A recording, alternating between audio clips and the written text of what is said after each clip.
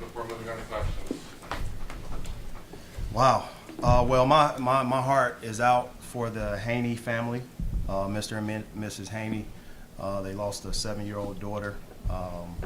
She fought cancer for 5 years. Cancer wasn't the thing that took her out, but Ellie Haney is her name. I'm good friends with Brian Baroni, and that family's from Columbia, but also Mizzou fans. SIUE team did some community service in the hospital, spent time with a young lady, and I wanted to obviously say hello to them before the game, and obviously brought them on the court to spend time with us as we ended our evening. So my heart is out to the family, friends, loved ones of the Haneys. With that being said, I thought our team showed some resilience. They responded the way I thought we should have responded. 3 games in 5 days. It didn't allow us to really work on us, but I'm proud because our guys were able to navigate and iron out those wrinkles on their own. That's a true sign of guys that have played games, guys that have been through scouting reports, guys to be able to stay connected in a short period of time without having a full practice is great. I'm extremely proud of these two up here. We had Kobe Brown obviously get in foul trouble, 2 straight fouls early in the game. But what it shows is for Kobe to show and play 8 minutes. I think he played 1.5 minutes in the first half. Our team is a balanced team that you have guys playing unselfish, playing the right way, starting with the defensive side, and it leads to the excitement, it leads to the connectivity, it leads to being able to execute. I think I went to 5 guards at one time. We also went a little bigger, but Demoy Hodge to come away with 30 points, 7 rebounds, 3 assists, and 4 steals. I'm proud of the fact that he had those stats, but I'm proud that he had 0 turnovers. That is something that stands out to me. Sean East, it was very, very important for me to see Sean be as unselfish as he is. He could very well be a starter in our lineup. You know, I may look to do that in these next upcoming games. I'm not sure yet, but I think he's definitely showed what he can do. 14 points, 5 assists, 2 steals. He just got to do a better job of coaching me because I took him out the game from a position that he held when we were in baseline out, and I gave up 2 points because Sean didn't yell at me and say, "Coach, leave me in. Let me stay here for this possession." And that's just getting to know each other. He doesn't know. He can tell me sometimes what to do, and that's what I kind of told him. But he mentioned it. He whispered. I didn't see the urgency or hear the urgency. So that's something that I gotta connect with him better on. And trust me, he's not gonna let me make that mistake again.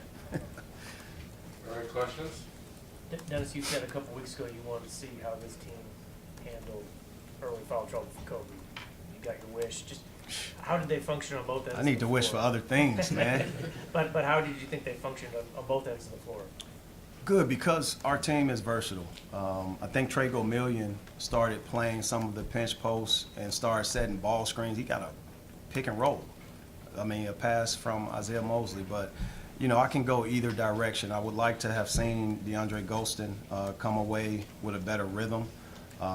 He too picked up some early fouls, but we got to do a better job at the combination. I thought Aiden Shaw should have played majority of that first half, but he too picked up 2 fouls, and he's so mad at himself because he looked at the opportunity. Man, I could have been playing 15, 16 straight minutes, but I too got in foul trouble, and the fouls that he picked up wasn't a foul that the other team earned. But we're learning. He's learning. We're all staying connected in a journey, and I just think, you know, we just need to watch the film and see where we can get better at. Coach, this is your team's 4th consecutive game with 20 assists. How happy does that consistent unselfishness make you feel as a head coach? It's one of our core values. It's very important that we stay unselfish. This team has different weapons. Our guys do a great job of sharing the ball. I think when you look at the scores that we have, the guys that have had opportunities, Isaiah Mosley averaging 20 points, he's looking to pass more than he's looking to shoot. So I can't be mad at him. He's looking to pass more than this. The first night I thought he was aggressive shooting the ball. And I think these guys really have a true friendship. And that's one of our core values. And I see that often. But the respect that they have for one another, that's the part that we're rooted in the most. And I thank our students for coming out. I thank our fans for coming out to be able to have the energy in the building the way that we had this evening. It helped us. And Brian Baroni's group, they'll win some games, guys. That's a good team. He's a good coach. This is year 4 or 5 for him. He'll do some good things. I thought we did a great job of getting DeMarco Minor rhythmless, and we were able to make him pass the ball. And I thought you guys saw tonight the version of our run and jump defense that we were able to ignite some of our turnovers with. For Sean and Demoy, does it build confidence for the team at all, knowing that you're able to get such a big win with Kobe only playing 8 minutes tonight? I would say, I won't say like build confidence, but I would say it's just knowing that we have so much players that could fill that spot. So it's like, I don't want to say it's building confidence because we work on this every day. So that's not the terms I'll use, but I'll say it's good to see that with Kobe on the bench, we still perform the way we did, but we still want him on the floor to help us in the ways he can. So I'll just say that. Yeah, piggybacking off what he said, I mean, we don't want him on the bench. We want him on the floor with us. And, I mean, if he has to pick up 2, it's next man up. We've all been prepared, and the late hours that we've been in the gym, and he keeping us all the time in practice. So, I mean, it's just next man up mentality, and everybody's going to come in and play hard. Give their very best, like he always says. I think to that point, we have starters on the bench. And whenever you have starters on your bench, I truly believe it says you have a level of unselfishness, but also you have a culture that's connected from one guy to the next with the core values. And our guys are respecting each other, but they're cheering.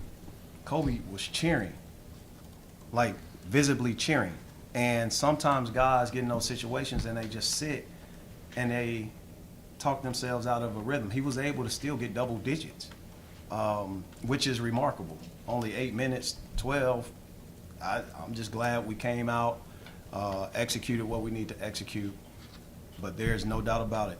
He's a first-team All-SEC guy. We need him on the court. And he's not going to keep picking up those fouls, because if he does, he knows that he has to, with 2 fouls, sit down in that first half. Dennis, you've seen Demoy have big scoring nights like this, but the rest of the box score, just how complete of a guy can he be with the steals? And I think he led you in rebounds tonight. Yeah. Well, whenever you have a player that has been a defensive player of the year in the conference and first team all conference, he plays both sides of the basketball. I do think there's a level of talent, and I'm not afraid to say this out loud or say it to him. He's a guy that can play in the NBA because he's a piece of a puzzle. He can catch and shoot, and he can play on the other side of the basketball. He's one of the better shot blocking guards that I've seen. Now, this was just an okay game. I thought he missed open shots. He missed open shots. I'm not happy that he's missing open shots. So I've seen him score, what was that you scored? 46. 46. You see how quickly he says that? See, that was a test. I knew he knew. But I've seen him score 46 on the sideline. But when we recruited him, I was at Florida State, and I said, this dude is really good, and he will be able to play for us at Florida State. That's when I offered him his first scholarship. And our relationship allowed us and allowed him to still believe in me while other high majors were recruiting him, and it was an easy decision. He made me work a little bit, but I knew in his heart where he was gonna go, and I appreciate him being here. Sean East is the same way. Sean shot 90% from the free throw line, 50% from the field, 40% from the three-point line. I wouldn't be shocked to see him get 30 one day. I would not be shocked. But what I'm proud about this is, by osmosis, our guys are learning the defensive terminologies, the defensive presence from a Demoy and Trago Million, and his defense has improved drastically. No, he's done a great job, though. He's done a great job. Sean, you penetrated the paint quite a bit on offense tonight. What was working for you in that on that end of the floor? Just attacking and, you know, taking what the defense gives me, finding my guys, and we always talk about bolting to checkpoints and getting to the spots. So, you know, guys either have to make a decision to collapse or leave the paint up. Or kick out the shooter. So it was just really nothing. We just keep doing the same details we always doing, and that's just what was open. Tonight, our team shot 40% from the three. I thought we were able to balance just taking shots and open shots with driving. I would like to see this young man shoot more threes because I do think he's a great three-point shooter, but he's so unselfish. He's just always trying to pass the basketball. I guess that's a good issue to have. Coach, Isaiah Mosley obviously didn't play against Penn, and given the minutes against Lindenwood, had his first double-digit game tonight. How has his redemption kind of been helpful for the team? Well, the guys are excited, first and foremost. I'm excited to have a young man, a hometown kid, in our uniform. I think that's very important. A kid from the state of Missouri, a kid from Columbia, a kid that is highly decorated, a kid that wanted to be here is very important. Last game, I think he had 14 or 15 assist attempts alone. He threw every lob. Now, if guys would have made open shots like Demoy, right? Because he missed a couple of them. And that's why Demoy came back out tonight, and I knew he was going to possibly have a good game. But if we knocked down those shots, Isaiah Mosley in those minutes, the last game would have had double-digit assists based off his assist attempts. Now, everybody didn't make their shots. So he's looking to pass more than any. Again, a young man is leading us in charges. He's leading our team in charges. So when he looks at, okay, I'm a 20-point guy, that's not important to him. What's important to him is to show everyone that he can play both sides of the basketball, because the load offensively isn't just going to be on his shoulders. We got an all SEC guy. We got Sean East, Nick Honor, Demoy Hodge. We got Dre Golston, Noah Carter, guys that can really play basketball.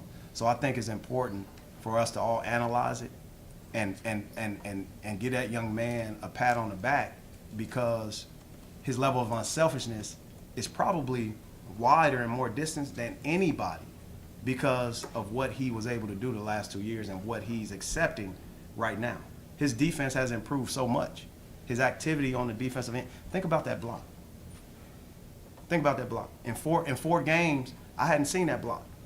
Demoy may have had a block. Aiden Shaw possibly had a tip block. That was a very high-level block out of nowhere for a guard. And I truly believe he's on his way, but our team is on their way to continue to stay in the moment and not worry about the stat sheet, but worry about the final score. That's the most important thing. Coach, you touched on the small ball lineup a little bit earlier, and obviously Kobe being out isn't ideal, but is the small ball with the success you had in transition potentially something you might want to employ or tinker around with in the future at all? Situations will force us to do that. I can't say I wanted to come into the game thinking that way. I hadn't used it as much this season. What it says is guys are playing, out of position, more versatile defensively and offensively. We just got to rebound the basketball at a higher level. I thought we did that tonight, other than the last 5 minutes. It's just one of those things. I think our depth allows us to do multiple things. I'm just excited about the level of activity that our guys played with, the energy of our crowd, but more importantly, having 22 assists and 15 turnovers, more turnovers than I thought. We shot over 40% from the three-point line. That is a great stat, and that's something that I was looking forward to happening, and I'm glad it happened. Tomorrow, it looked like there was a little bit of a celebration on the sideline once he reached 30 points tonight. Is there a bit of competition within the team? Tell him there? what you Has told that him. been a- I told Coach Gates I want to have 30, then sub me out. So, He would have been mad at me for 10 weeks if I didn't leave him in. but I feel on the sideline it was more of they Who wanted passed the ball? Shawnese. Okay, you better give him his credit. All right. So go ahead. We hugged like 5 times on the sideline. But I'll say it was more of they was more happy for me getting 30 than myself. So it was more of like the team just genuinely being happy that somebody cracked the 30-point margin. So it was a celebration just because of who we are as a team and how happy we are for each other. So if Noah Carter got it, we all react the same way. So I just feel like no matter who get it, we all gonna react the same way that everybody did today. So The one thing that I would say, and I apologize to Noah Carter in the locker room, and I said, Noah, I apologize for not allowing you to get 30, the game that you had 28. But it's that thing where you look at Demoy played for me already. He knows what he can say and not, and Noah was just trying to be respectful. And in a moment, especially on his birthday weekend, but I said, Noah, now you know how to talk to me. You have to tell me those things. I can't read your mind, but ultimately stay in the moment. And I think Demoy knows me, Noah is getting to know me, Sean is getting to know me, and they won't make that mistake again. One last question? Coach, you alluded to this in your opening statement. You just talked about it now. Why do you feel it's important for your players to coach you? Why? Yeah. Because it's a sense of leadership. And if you have a players-led team, you have a team that can navigate situations, opportunities, but also obstacles. Ben Brown, who I played for, I got recruited by several guys, and I consistently tell this story. I asked each coach, and there was some high-level coaches, Lou Lawson, and Tubby Smith, great coaches, Roy Williams. There's one, I asked each coach, do you have rules against freshmen becoming captains? Because all my coaches and educators told me I was a leader. There was one coach that sat at the edge of his seat and said, tell me more, and that was Ben Braun. So I was able to do that with Ben Braun. And that I wasn't looking for playing time. I wasn't looking for shots. I was looking for an opportunity to continue to lead. And I saw that with Ben Braun, and he allowed me to do that every since I checked in on campus in my freshman year. So what does that tell me? That tells me how liberating that is. I felt how liberating I was as a player to be able to communicate with my coach, give my coach suggestions, and be heard. Players need to be heard. They need to be heard. I'm not playing anymore. I don't play anymore. But I know those practices, those games, they put in the time. Not saying that our staff and myself don't. We put in time. But they are out there and they see a different version of the game. I want them to feel liberated. I want them to come. Trey Gomillion took the whiteboard from me again. I mean, he did it today. He drew up a play, and it worked. But those things are liberating. A player-led team is a team that's staying connected, and they can communicate with each other, and it does not need coaches there. My perfect utopia is for coaches, if we were to just step out, can my players run an entire practice? Absolutely. Can my players run an entire scouting report? Absolutely. And respect each other's decision, even if it doesn't benefit the person who wants it to be beneficial to. So that's the level of culture that I would love to continue to have, and I think it's one that we have to continue to get better at, because there's no way that we're where I would want us to be at. We're still in the infant stages of building our program. We need our fans here each and every night. We need our environment to be electric, and I want to thank them without a doubt, but more importantly, the Haney family. My thoughts and prayers, Mizzou Athletics thoughts and prayers are with that family. They lost a 7-year-old, and that's tough. My prayers are also with University of Virginia.